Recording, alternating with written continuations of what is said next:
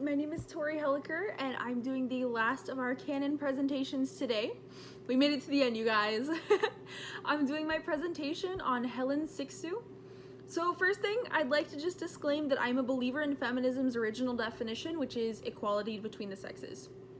I don't have a belief that any gender is better than another gender, but I will just be sharing thoughts and experiences in this presentation, and I just want to make it known that I'm not trying to offend anybody.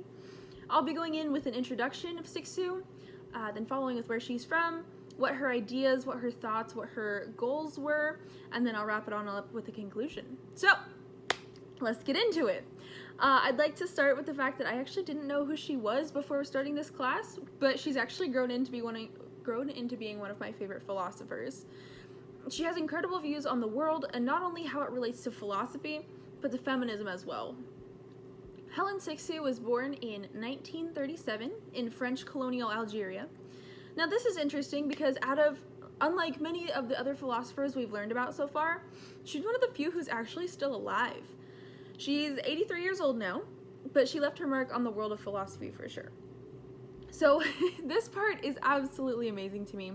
Her first language was German, surprisingly enough, since she was from a French colony in Algeria. So you would have probably thought French or Algerian, but it was German.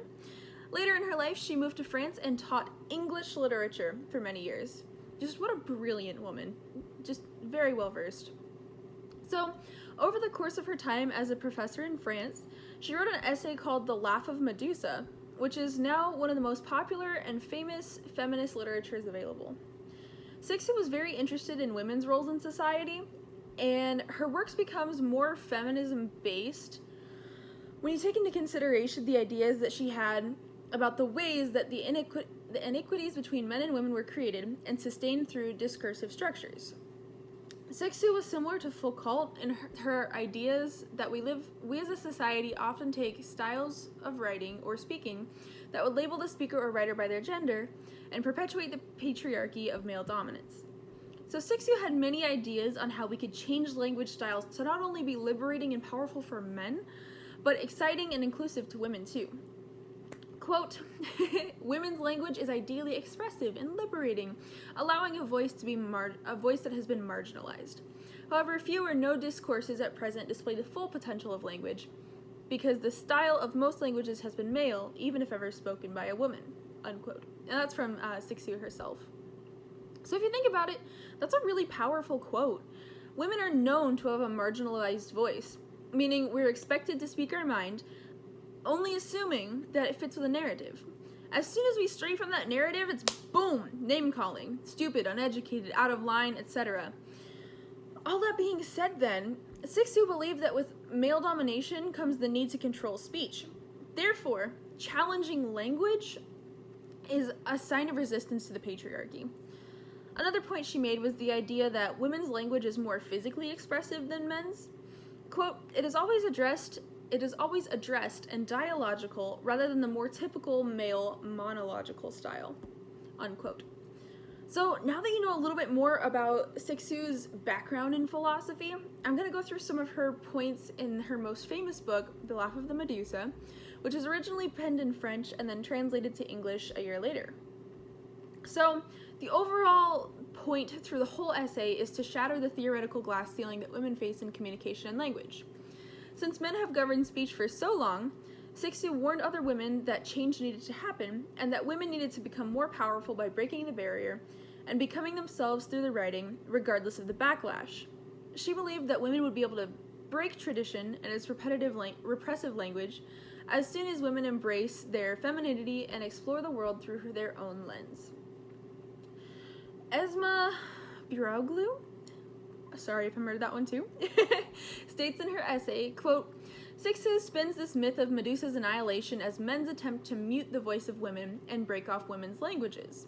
So I'm going to interrupt the quote really fast. She's essentially saying that by cutting off Medusa's head, it's a good analogy of men cutting off women's ability to communicate in our own style. So I'm continuing with the quote here.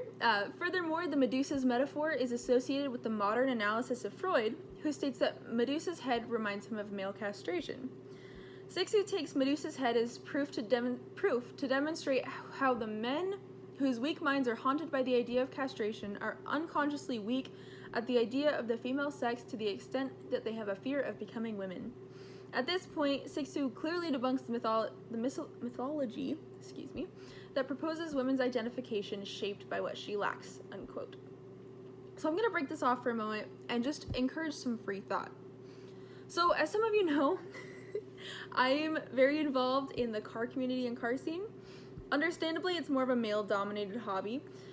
However, I worked as a service advisor at a Porsche shop for a long time, and I was a service writer, so I was the link between the mechanics and the customers. If the customer had a question, I'd be able to go talk to the mechanic assigned to their car. And if the mechanic had a question about a service record or something else on the car, I was the one who would have to call the customer up and get that information from them. So it seems simple, right? But I can't even count the amount of times I was told to speak to the other service advisor, Steven, who was a guy, just because I was a girl. There was one customer who, when we'd call him, we had like a little spiel.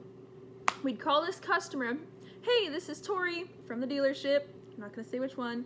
And I'd get hung up on.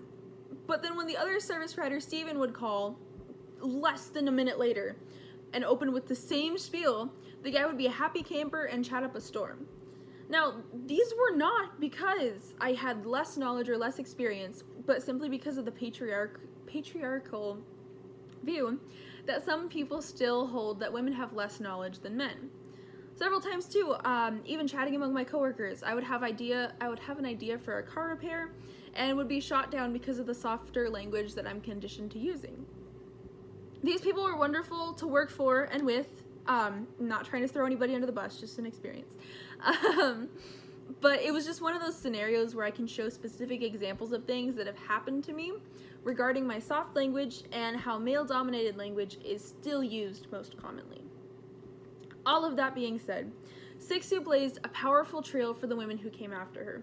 She fought hard for her gender, her freedom of speech, and a powerful fight to the patriarchy. Even though we still deal with some of these discrepancies today, she laid down a solid groundwork for us to learn from and grow with. I'll leave you with these questions, which I'll also post in the discussion board. Number 1, what was a time where you felt as though you were going out of line by speaking your mind? Just think about it. Like, what was a time where you felt that you were underappreciated just by having an opinion or by expressing it differently than someone else? 2, can you think of an example in an activity that you do? So I put in sports clubs, jobs, etc., where soft language was overlooked or brushed past. An example I have for this is I played soccer growing up, and you can't coddle people's feelings in that. So I want to see those kind of examples like that. Number 3 here, how do you think Foucault reacted to CWU's ideas? And number 4, give some examples of soft language and what you can do to strengthen it. So thank you all so much for listening. I really appreciate it, and I hope everybody has a good rest of the quarter.